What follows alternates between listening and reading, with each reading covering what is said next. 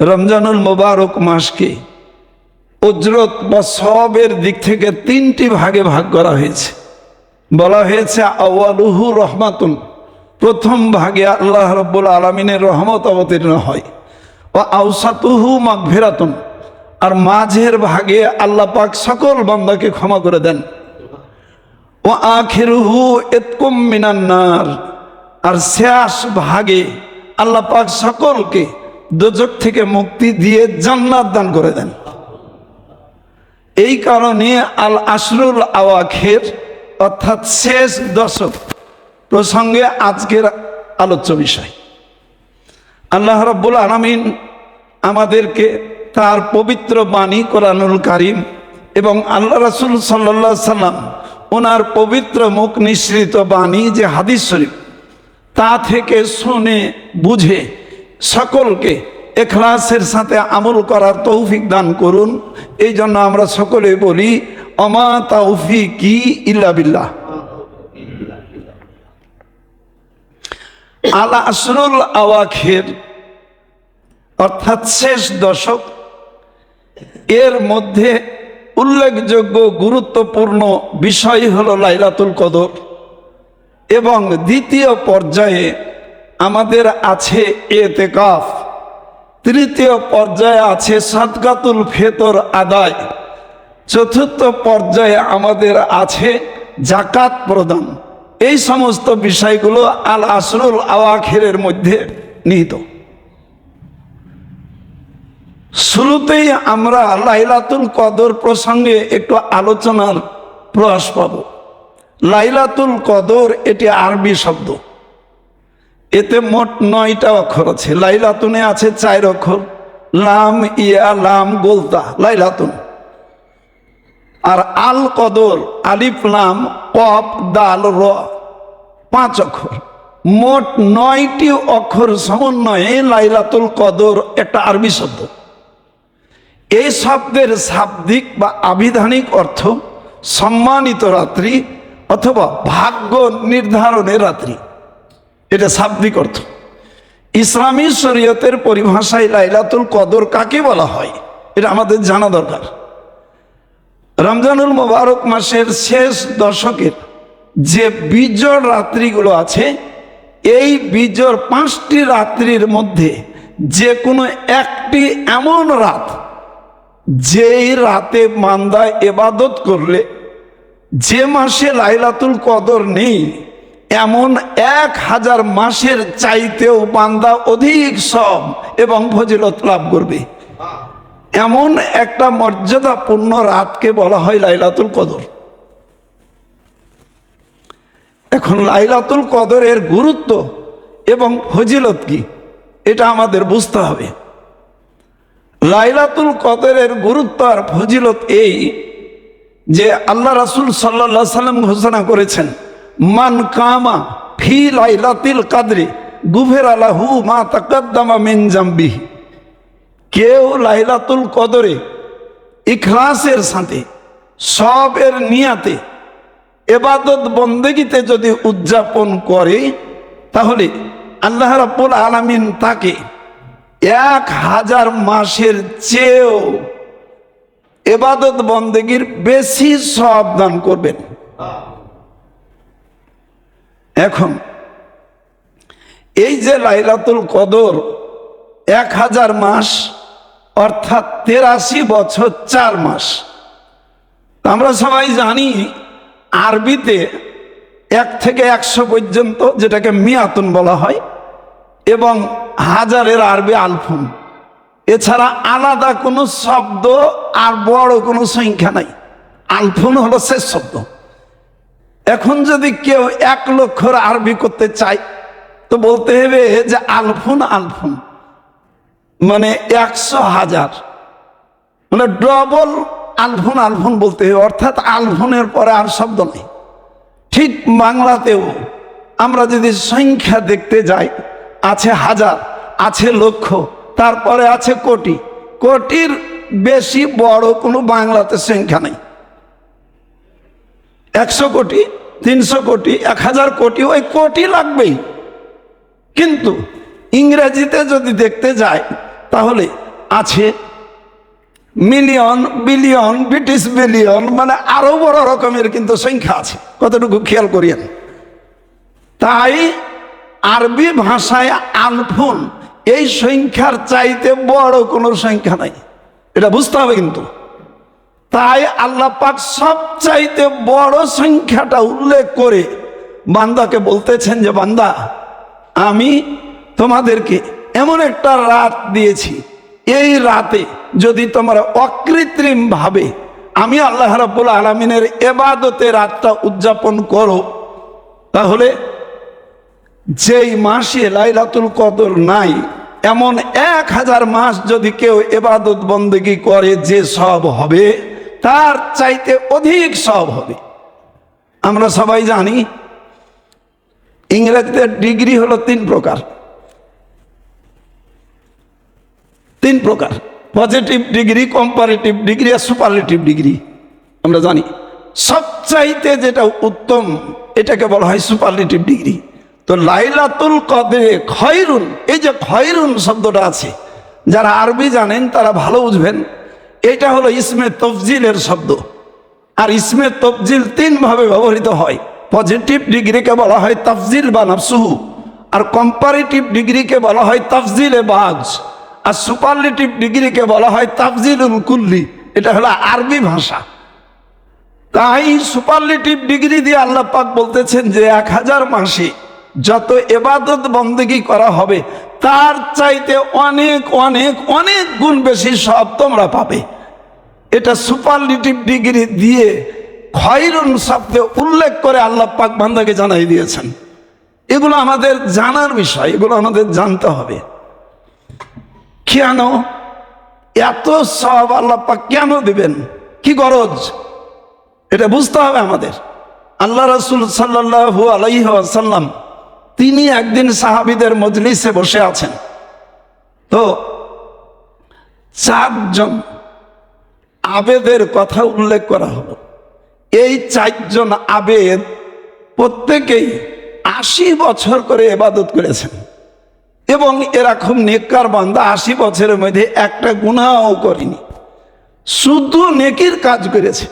যে ওই 4 জন আবেদের এত প্রশংসা আল্লাহ রাসূল সাল্লাল্লাহু আলাইহি সাল্লাম করলেন, করার পরে আল্লাহ রাসূল সাল্লাল্লাহু আলাইহি সাল্লামের অন্তরটা ব্যথায় ভরপুর হয়ে গেছে। কেন?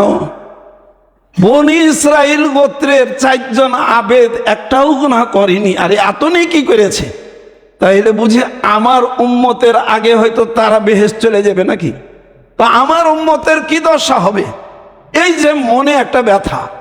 এবং উম্মতে মুহাম্মদী যারা সামনে বসে আছেন তারাও ভাবছে 80 বছর ইবাদত করলো, এতে কত মর্যাদা মর্তবা আল্লাহ রাব্বুল আলামিনের দরবারে, কিন্তু আমরা কি পাবো? শুনলাম তো বনি ইসরাইল গোত্রের 4 জন আবেদের কথা, তো আমাদের কি আছে? নিজের ভাগ যদি না থাকে, এই আলোচনা এই বলতে পারেন পর্যালোচনা ভালো লাগে না, ভাগ বন্টন করে সবাইকে সব দিলেন, কিন্তু নিজের ভাগ না থাকলে কি কোনো ভালো লাগে বলে? তাই আল্লাহ রাব্বুল আলামিন আল্লাহ রাসূল সাল্লাল্লাহু আলাইহি সাল্লামকে যে ঘোষণা করেছেন, ওয়ালা সাউফা ইউতিকা রাব্বুকা ফাতারদা, হে আল্লাহ রাসূল আমি অচিরেই আপনাকে এমন জিনিস দান করব যাতে করে আপনি খুশি হয়ে যাবেন। তাই আল্লাহ রাসূল সাল্লাল্লাহু আলাইহি সাল্লাম ওনাকে এবং তার উম্মতকে খুশি করার জন্য আল্লাহ রাব্বুল আলামিন লাইলাতুল কদর দান করলেন, যেন সওয়াবের দিক থেকে, মর্যাদা মর্তবার দিক থেকে আমার উম্মতকে অন্য কোন নবীর উম্মত যেন ডিঙাতে না পারে, অগ্রগামী হতে না পারে। আমার উম্মতের আগে অন্য কোন নবীর উম্মত যেন বেহেশতে প্রবেশ করতে না পারে। তাই তিনি ঘোষণা করলেন, ইন্নাল জান্নাত আলা মুহাররামাতুন আলাল আম্বিয়া হাত্তা আদখুলাহা ওয়া হুররিমাত আলাস উমামি সাবিকাতে হাত্তা তাদখুলা উম্মতি। যতক্ষণ পর্যন্ত বেহেশতে আমি প্রবেশ না করব, ততক্ষণ পর্যন্ত এই পৃথিবীতে যত নবী রাসূল আগমন করেছেন সকলের জন্য বেহেশতে প্রবেশ করা হারাম। আর আমার উম্মত যতক্ষণ পর্যন্ত বেহেশতের মধ্যে প্রবেশ না করবে, অন্য কোন নবী রাসূলের উম্মত আগে বেহেশতে প্রবেশ করা হারাম।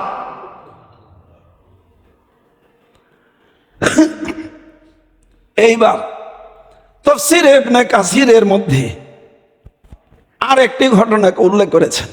বনি ইসরাইল গোত্রের মধ্যে একজন আবেদ বান্দা ছিলেন, যে সদা সর্বদার জন্য লাবেসা সেলাহান, সদা সর্বদার জন্য নিজের দেহে লৌহ বর্ম এবং অস্ত্র ধারণ করেই থাকত। অর্থাৎ তিনি ইসলামের জন্য সদা সর্বদার জন্য জিহাদ করতেন।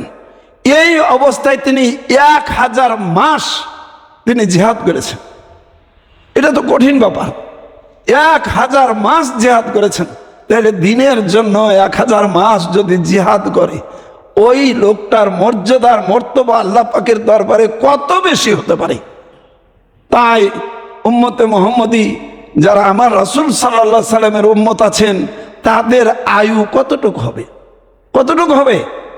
অথচ পূর্ববর্তী নবী রাসূল এবং তাদের উম্মতগণ কে 1100 বছর, কে 1000 বছর, কে 900 বছর, 700 বছর, 500 বছর, এইরকম করে আয়ু পেয়েছেন তারা। ফলে নেকির কাজ যদি একটা একটা করেও করে, ওই সমস্ত নবী এবং রাসূলের উম্মত এবং তারা অনেক সব হাসিল করতে পারবে। তাইলে লাইলাতুল কদরের যে মর্যাদা, রহমত এবং বরকত, সব কিছুর মূলে ভিত্তি হলো কোরআনুল কারীম। কোরআনুল কারীম। এখন আমাদের বুঝতে হবে যে লাইলাতুল কদরের এই যে সবগুলো, এটা কোন ব্যক্তি পাবে আর কোন ব্যক্তি পাবে না, এটা আমাদের জানার দরকার আছে কিনা খেয়াল করে বুঝি। সব তো অনেক, কিন্তু পাবে কারা আর পাবে না কারা, এটা আমাদের বুঝতে হবে, এটা বুঝতে হবে। যে সংখ্যাগুলো আছে লাইলাতুল কদরের, যে সব, এই সবগুলো হলো সব শূন্যের মতো। আর সারাটি বছর ধরে আল্লাহ রাব্বুল আলামিনের যে ফরজ ওয়াজিব আমলগুলো আছে এবং গুনাহ ত্যাগ করে দেওয়া আছে, এগুলো হলো সংখ্যার মতো। এক বর্ষে ডানে যদি একটা শূন্য দেওয়া হয় 10 হলো, আর একটা শূন্য দিয়ে 100 হলো, আর একটি শূন্য দিয়ে 1000 হলো, আর একটা শূন্য দিয়ে 10,000 হলো, খালি বাড়তেই থাকবে। এই শূন্য দেওয়ার ফলে একের মর্যাদা কিন্তু বা মান উত্তরোত্তর বাড়তেই থাকবে। কিন্তু ওই সংখ্যাটাকে যদি টেনে নেন না থাকে, তাহলে 1টা 2টা 4টা 5টা 1000টাও যদি শূন্য দেন, কোনো সংখ্যা না থাকে, এই শূন্যগুলোর কোনো লাভ আছে? বলুন, কোনো লাভ আছে? একটাও লাভ নাই। মনে করতে হবে সারা বছর ধরে কেউ যদি ফরজ ওয়াজিব আমলগুলো না করেন, গুনাহ ত্যাগ না করেন, তাহলে জানতে হবে আমাদের সংখ্যাই নাই, সংখ্যাই নাই। তাই লাইলাতুল কদরের সব আপনি 25টা 50টা 5000টাও যদি জিরো বসান, এই জিরোর কোনো মূল্য হবে না, কোনো মূল্য হবে না। ভালো করে বুঝে রাখি, সারা বছরে আল্লাহ রাব্বুল আলামিন 5 ওয়াক্ত নামাজকে প্রতিদিন ফরজ করলেন। কেন? আল্লাহ পাক আল্লাহ রাসূলকে মেরাজ রজনীতে আহ্বান করলেন, হাদিয়া হিসাবে সন্তুষ্ট হয়ে তিনি 50 ওয়াক্ত নামাজ দান করেছিলেন। কয় ওয়াক্ত? 50 ওয়াক্ত। কিন্তু এত নামাজ পড়তে পারবে না। আল্লাহ রাসূল সাল্লাল্লাহু আলাইহি সাল্লাম বারবার অনুরোধ ক্রমে 9 বার গেছে অনুরোধ করতে, 5 ওয়াক্ত করে কমাইতে কমাইতে কমাইতে 45 ওয়াক্ত কমিয়ে ফেলেছেন। থাকলো মাত্র 5 ওয়াক্ত। মুসা আলাইহিস সালাম বলেছিলেন যে পড়বে না, এটাও কমিয়ে দিয়েছেন। তো কইছে ইন্নী আস্তাহি রাব্বি, আমার খুব শরম লাগে মুসা, 9 বার গেলাম, এখন থাকলো মাত্র 5 ওয়াক্ত। আল্লাহ জানে যে কব আল্লাহ পাক কি কইবে, তো থাক 5 ওয়াক্ত। শরম করে বুঝতে পারলেন, আল্লাহ পাকের কাছে গেলেন না। তিনি মেরাজ রজনীতে ফিরে আসার পর বললেন, আসসালাতু মিফতাহুল জান্নাহ, নামাজ হলো জান্নাতের চাবি। এই দরজাগুলো সব মসজিদের যদি বন্ধ থাকে, আর যদি ইমাম বা মুয়াজ্জিন বা খাদেম চাবিটা এনে যদি দরজাটা খুলে না দেয়, চিল্লাচেঁচা লাগিয়ে দেবো, বাড়তে ঢুকতে পারবো না। তাই কি বলেন? চাবি নাই তো ঘরে ঢুকতে পারবো না। তা আল্লাহ রাসূল বলে দিয়েছেন যে আসসালাতু মিফতাহুল জান্নাহ, নামাজ হলো বেহেশতের চাবি। এখন 11টা মাস ধরে এই নামাজ বা যে ফরজ আমলগুলো আছে বা যে ওয়াজিব আমলগুলো আছে এগুলো যদি আমরা পালন না করি, বিষয়টা তো ঠিক এরকমই যে হে আল্লাহ রাসূল, আপনি জান্নাতের চাবি 5 ওয়াক্ত নামাজ আমাকে এনে দিয়েছেন, আমি চাবি নিলাম না। নামাজ যে পড়ে না ওর দৃষ্টিতে কি এমনটি বুঝাই না যে হে রাসূল, আপনি জান্নাতে ঢোকার যে চাবি আমাকে দিয়েছেন আমি আপনার দেওয়া চাবি নিলাম না, তার মানে জান্নাতের আমার দরকার নাই, আর সারা বছর নামাজ নাই, এইটা হলো ফরজ, এইটা হলো সংখ্যার মতো। আর লাইলাতুল কদরে 83 বছর 4 মাসের চেয়েও যে অধিক সব, এ সবগুলো হলো নফল। আমি না, দুনিয়ার যত আলেম আছে জিজ্ঞাসা করেন যে লাইলাতুল কদরে যে ইবাদত বন্দেগী করা এটা ফরজ না ওয়াজিব না নফল, ভালো করে মশলাটা বুঝেনি। এটা নফল মানে সুন্নের মতো। তাই 12টি মাস ধরে যদি আমাদের 5 ওয়াক্ত নামাজ ঠিক থাকে, সংখ্যা ঠিক আছে, আর লাইলাতুল কদরে আমরা ইবাদত বন্দেগী করব, শুধু সংখ্যার ডানে শূন্য খালি যোগ লাগতেই থাকবে, যোগ লাগতেই থাকবে, তাহলে না মূল্যায়ন হলো। ভালো করে বুঝে রাখুন, কে কিভাবে ফতোয়া দিচ্ছে আমি এটা জানি না, আর আপনারা কিভাবে ফতোয়া গ্রহণ করবেন এটা আপনাদের বিবেককে জিজ্ঞাসা করুন। যে ফরজ ওয়াজিব আমল যদি ঠিক থাকে, বামে সংখ্যা ঠিক আছে, লাইলাতুল কদর পালন করবেন, সব শূন্য যোগ হয়ে ওই সংখ্যার মর্যাদা বাড়িয়ে দেবে। কিন্তু 11টি মাস যদি আমরা এই নামাজ আর ফরজ ওয়াজিব আমলগুলো না করি, সংখ্যাই নাই, আপনি 500টা ওই শূন্য বা জিরো নিয়ে আপনার আমার কোনো কাজে দিবে না, কোনো কাজে দিবে না। আর একটু পরিষ্কার করে বলি, পুরুষের জন্য সতর ঢাকা নাভি থেকে শুরু করে হাঁটু পর্যন্ত ফরজ, আর অন্যান্য জায়গাগুলো ঢাকা এটা সুন্নত নফলের অন্তর্ভুক্ত। অন্তত পক্ষে নাভি থেকে হাঁটু পর্যন্ত ঢাকা থাকারই লাগবে। এখন হাদিস শরীফ আছে রাকাতাইনি মাল ইমামাতে খায়রুম মিন 70 রাকাতান বিগাইরিল ইমামা, পাগড়ি সহকারে 2 রাকাত নামাজ পাগড়ি বিহীন 70 রাকাত নামাজের চাইতে উত্তম। ভালো করে বুঝুন, এটা হলো নফল। এটা কি নফল, কথাটা বুঝুন। এখন আমি যদি পাগড়ি বেঁধে নিই ওই নফলের সব পাওয়ার জন্য, আর নাভি থেকে শুরু করে হাঁটু পর্যন্ত নাউজুবিল্লাহি মিন জালে কোনো জায়গা যদি খোলা রাখি, কি বলেন পাগড়ি পড়ার কতটুকু সওয়াব হবে? কতটুকু সওয়াব হবে? কিচ্ছু সওয়াব হবে না, কিচ্ছু সওয়াব হবে না, কারণ আমার সতরই খোলা, ফরজই খোলা, এটা মনে মনে চিন্তা করতে হবে। সুতরাং ফরজ ঠিক রেখে নফল বৃদ্ধি করব, ঠিক আছে। তাই হাদিস শরীফে আছে কোন বান্দা এশা নামাজ মসজিদে জামাত সহকারে যদি আদায় করেন, অর্ধরাত্রি ইবাদত করার মতন সব পাওয়া যাবে। এটা আমি বলি না, এটা হাদিস শরীফ আছে। কোন বান্দা যদি ফজরের নামাজ মসজিদে জামাত সহকারে আদায় করেন, অর্ধরাত্রি ইবাদত করা সমতুল্য সব পাবেন। মর্মে কোন বান্দা যদি এশা নামাজ এবং ফজরের নামাজ যথারীতি জামাতের সাথে যদি আদায় করেন, আপনারা বিশ্বাস রাখুন এই ফজরের নামাজ এবং এশা নামাজ আপনি মসজিদে আদায় করলেন, এটা লাইলাতুল কদরের দিন এই দুটা নামাজ লাইলাতুল কদরে অবস্থিত হয়েছে, নিহিত আছে। এই কারণে আল্লাহ রাব্বুল আলামিন আপনাকে লাইলাতুল কদরে সমস্ত ফজিলত দান করে দিতে পারেন, দান করে দেবেন। কিন্তু এশার ফজর লাইলাতুল কদরে হোক বা অন্যান্য সময় হোক, সারা রাত ধরে আপনি ইবাদত করলেন, ওই ইবাদতে কোনো কাজ দিবে না। এখন কেউ বলবেন যে ইমাম সাহেব তাহলে এশার ফজরের নামাজ আদায় করলেই যদি লাইলাতুল কদরের ফজিলত পেয়ে যায়, ভিন্নভাবে কোনো আমল আর ইবাদত করা দরকার আছে কি? একটা প্রশ্ন, কথাটা বুঝুন, একটা প্রশ্ন। গোশ ভাত আপনি খেতে পেয়েছেন, গোশ ভাতের পরে যদি আপনাকে একটু দই দেয় বা তার সাথে বুরহানি দেয়, তাহলে খাওয়ারটা কেমন হবে? কেমন হবে? অনেক ভালো হবে। বুঝতে পারলেন? গোশ ভাত খাওয়ার পরে দেখা যাবে কি যে কেমন মনটা ছঁছো করে, কেমন একটু শূন্যতা বোধ হয়, কিন্তু তখন দই পেলে, বুরহানি পেলে, আর কিছু পেলে কতই না মজা লাগে।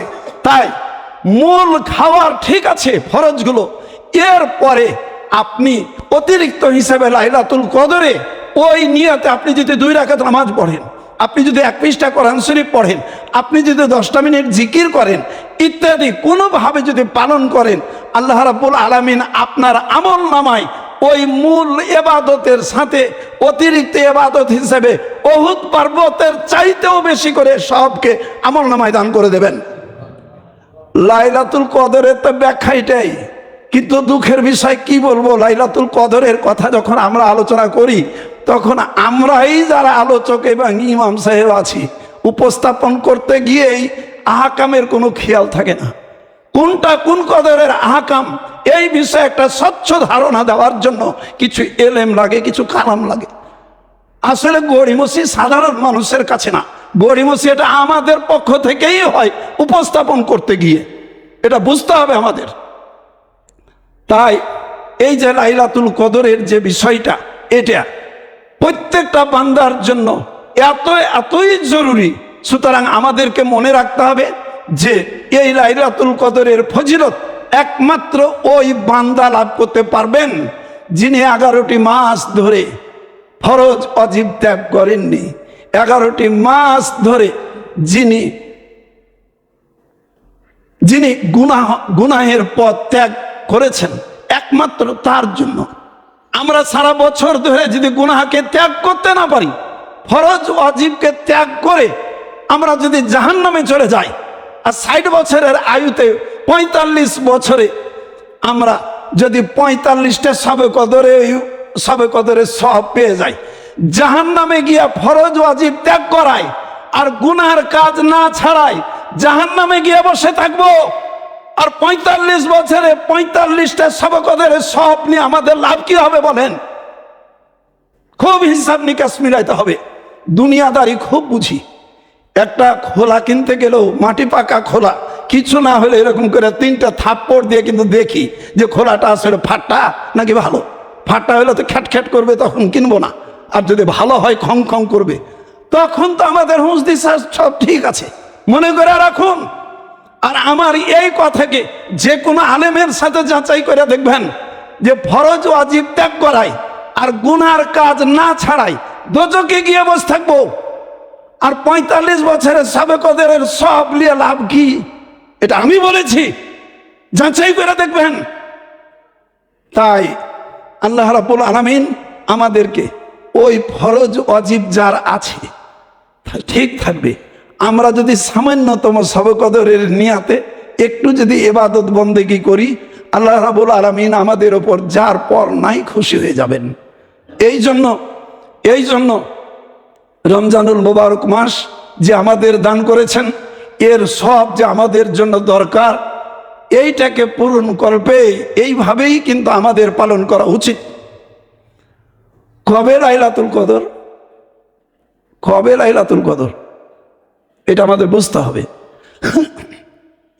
আল্লাহ রাসূল প্রথম 10 দিন ইতিকাফে বসে গেলেন, ফেরেশতার পক্ষ থেকে বলা হলো যে হে আল্লাহ রাসূল, লাইলাতুল কদর নাই। পরের 10 দিন ইতিকাফে বসে গেলেন, ফেরেশতা এসে বললেন যে হে আল্লাহ রাসূল, ইন্নাহা লাইসা ফিল আওসাত, লাইলাতুল কদর নাই। এইবার ফেরেশতা বলে দিলেন আল্লাহ রাসূল সাল্লাল্লাহু আলাইহি সাল্লামকে যে ইন্নাহা ফি আশরিল আওয়াখির, লাইলাতুল কদর আছে রমজান মাসের শেষ দশকে। কোথায়? শেষ দশকে। এ ব্যাপারে পরিষ্কার হাদিস স্পষ্ট। শেষ দশকে কোথায়?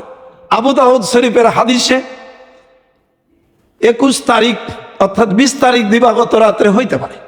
তিরমিজি শরীফের হাদিস 23 তারিখ দিবাগত রাত্রিতে হইতে পারে, 22 তারিখ দিবাগত রাত্রিতে হইতে পারে, 25, 27, 29 তারিখে মুসনাদ আহমদ বিভিন্ন হাদিস শরীফে হইতে পারে। কোন বুজুর্গ বলেছেন যে 27 তারিখ পূর্বরাত্রি অর্থাৎ 26 তারিখ দিবাগত রাত্রে লাইলাতুল কদর। আর আল্লাহ পাকের মেহেরবানি আমাদের বাংলাদেশ, পাকিস্তান, ভারত সহ বিভিন্ন দেশগুলোকে খুব জাঁকজমক এবং জোরে সোরে এই তারিখ আমরা লাইলাতুল কদর পালন করে থাকি। আলহামদুলিল্লাহ, সেদিন যদি লাইলাতুল কদর হয়ে যায় আমার কোনো আপত্তি নেই, আলহামদুলিল্লাহ, কোনো অসুবিধা নাই। আমি এটার হিংসাও করি না। আল্লাহ পাক দয়া করে 27 তারিখের দিক, ঠিক আছে, কিন্তু সহিহ হাদিস 21 হইতে পারে, 23 হইতে পারে, 25 হইতে পারে, 29 হইতে পারে। যদি 23 তারিখ হইয়া যায় আর ওই দিন যদি আমরা পালন না করি তাহলে তো ফাঁকাতন, কি তাহলে তো ফাঁকাতন, কতটুকু বুঝতে হবে। তাই আল্লাহ রাসূল সাল্লাল্লাহু আলাইহি সাল্লামকে জানানো হলো যে লাইলাতুল কদর 23 তারিখ। তিনি এটা মনে করে নিয়ে গেলেন, কিন্তু দুইজন মানুষ বিবাদ করতেছে, তাদের বিবাদ ছাড়িতে যে ভুলে গেলেন। আর রাবী বলতেছেন যে আল্লাহ রাসূল সাল্লাল্লাহু আলাইহি সাল্লাম সেই দিন তার কপালে এবং তার মুখমণ্ডলে কাদা এবং পানি অবস্থায় বাড়ি গেছেন। তো তিনি বলতেছেন যে আল্লাহ পাক আমাকে ভুলাই দিয়েছেন কবে লাইলাতুল কদর। কিন্তু রাবী বলতেছেন ওই যে ওই লাইলাতুল কদরটা ছিল রমজান মাসের 23 তারিখ। 23 তারিখ। ঠিক এমনি ভাবে বহুবিধ হাদিস দ্বারা এটা সাব্যস্ত যে রমজান মাসের শেষ দশকের বিজোড় রাত্রিগুলোতে লাইলাতুল কদর নিহিত। তাই আল্লাহর পাক আল্লাহ রাসূলকে লাইলাতুল কদর কোন তারিখ এটা জানাই দিয়েছেন, ভুলাই দিয়েছেন। তিনি অস্পষ্ট রাখলেন কেন? আমাদের মনে হবে যে আল্লাহ পাক যদি ধৈর্য বাইঁধে একটা রাত্রিকে করত তাহলে আইটা সাইটা ওই দিন কিন্তু পালন করে সবটি আমরা অর্জন করে নিতাম। এখন 5 রাত্রিতে ছিটিয়ে দিয়েছে, এখন কানা বগলার মতন খুঁজবো কোথায়? এখন 5 রাত খুঁজতে হয়েছে, হয়রান বেশি, কি বলেন? তো এইরকম করাটা আমাদের জন্য মঙ্গলজনক হয়েছে না ক্ষতি হয়েছে, এটা আমাদের বুঝতে হবে। একজন মুমিন আর মুসলমান হিসেবে বুঝতে হবে। একদিন আল্লাহ রাসূল সাল্লাল্লাহু আলাইহি সাল্লামকে জিজ্ঞাসা করতেছেন যে হে আল্লাহ রাসূল, পিরিয়ডের কারণে মহিলা মানুষের যে নামাজগুলো ছুটে যায়, এই নামাজগুলোর কাজ আদায় করতে হয় না, আর যে রোজাগুলো ছুটে যায় এই রোজাগুলো কাজ আদায় করতে হয়। হ্যাঁ, কেন? রোজার কাজ আদায় করতে হচ্ছে কিন্তু নামাজের কাজ আদায় করতে হয় না, দুরকম হলো কেন? অথচ ইমাম আবু হানিফা রাহমাতুল্লাহ আলাইহিকে জিজ্ঞাসা করতেছেন যে ইমাম, নামাজগুলো কাজ আদায় করতে হয় না, রোজা আদায় করতে হচ্ছে, কিন্তু হিসাব মতে দেখা লাগে যে নামাজ আদায় করাই বেশি কঠিন। 3 দিন 4 দিন 5 দিন 6 দিন 10 দিন পর্যন্ত যে নামাজগুলো ছুটে যায়, এই নামাজগুলো যে আদায় করতে হয় না, তো সত্যি এটার মধ্যে তো বিরাট কাঠিন্যতা আছে। আর যে এই রোজাগুলো ছুটে যায় এটা কাজা আদায় করতে হয়। তখন ইমামে আজম আবু হানিফা রাহমাতুল্লাহ আলাইহি বলেছেন যে আবহেমু মা আবহামাহুল্লাহ, যে দেখো কোনো জিনিস যদি আল্লাহ পাক অস্পষ্ট রাখে এটা তো বান্দার জন্য কল্যাণ নিহিত। আমি আল্লাহ রাব্বুল আলামিনকে কথা জিজ্ঞাসা করিনি, আর সাহাবী বলতেছেন যে আমিও আল্লাহ রাসূলকে কথা জিজ্ঞাসা করিনি যে আল্লাহ পাক এটা 2 রকম হলো কেন। কথাটা বুঝুন। তাই আমাদের কল্যাণের জন্য আল্লাহ রাব্বুল আলামিন চেয়েছেন যে আমার বান্দা আমলদার হোক। একদিন যদি ধরে বলে দিই যে 27 তারিখই লাইলাতুল কদর, 27 তারিখেই কেবলমাত্র ইবাদত করবে, আর অন্য 4টা দিন তখন ফসকা বাড়াবে, ইবাদত করবে না। এই জন্য আমার বান্দা আমার ইবাদতের সাথে মশগুল থাকুক। তিনি তো বলেছেন আমা খালাকতুল জিন্না ওয়াল ইনসা ইল্লা লিয়াবুদুন, আমি মানুষকে তো সৃষ্টি করেছি ইবাদতের জন্য। ইবাদত বাদ দিয়ে কত না কি করে বেড়েছে, অন্তত পক্ষে কোনো একটা বিষয়কে ওয়াসিলা করে হলেও বান্দা ইবাদতে মশগুল থাকুক, এটা আল্লাহ পাক চান। এই জন্য তিনি মোভাম রেখেছেন।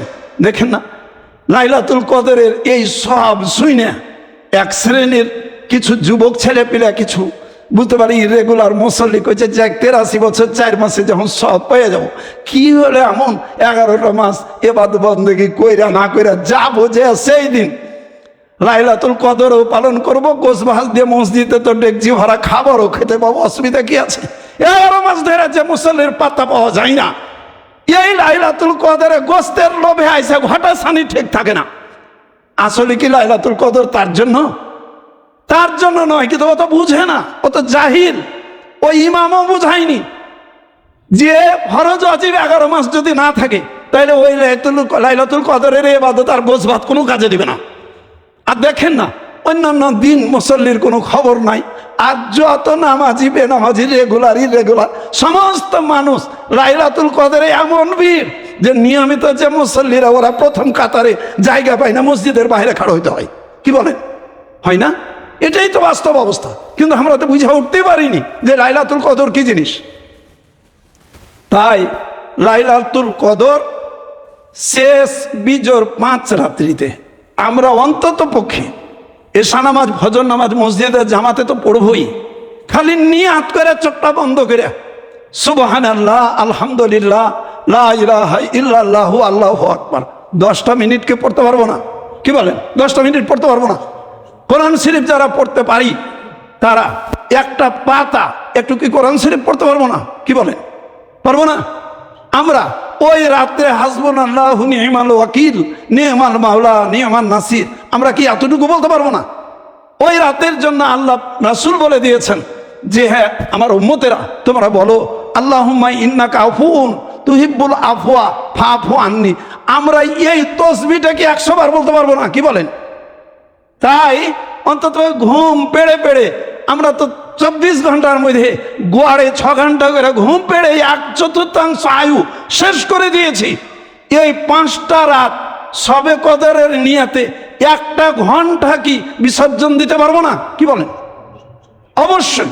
তাই 5টা রাত অন্তত পক্ষে আমরা সবে কদরের নিয়াতে খুব কম করে হলেও, সারা রাত জাগেন আপত্তি নাই, কম করে হলেও 1টা ঘন্টা যদি আমরা ব্যয় করতে না পারি, মান হারুমা আন খাইরিহি ফাকাদ হারুমা কুল্লিহি, বান্দা সমস্ত রমজান মাসের যে কল্যাণ সব বাতিল। যে লাইলাতুল কদরের কল্যাণ থেকে বঞ্চিত থাকে সে রমজান মাসের সব কল্যাণ থেকে বঞ্চিত। সুতরাং এই নিয়াতে এই রমজান মাসের কল্যাণ হাসিল করার জন্যই মূলত আমাদের এই রাত্রিটা সামান্যতম অংশ হলেও একটু ইবাদত বন্দেগীতে কাটানো উচিত। তাহলে লাইলাতুল কদর যদিও কিছু সংখ্যক আলেম 27 তারিখের পূর্বের রাত্রিকে নির্ধারণ করেছেন, আপত্তি নাই, আল্লাহ দেখো।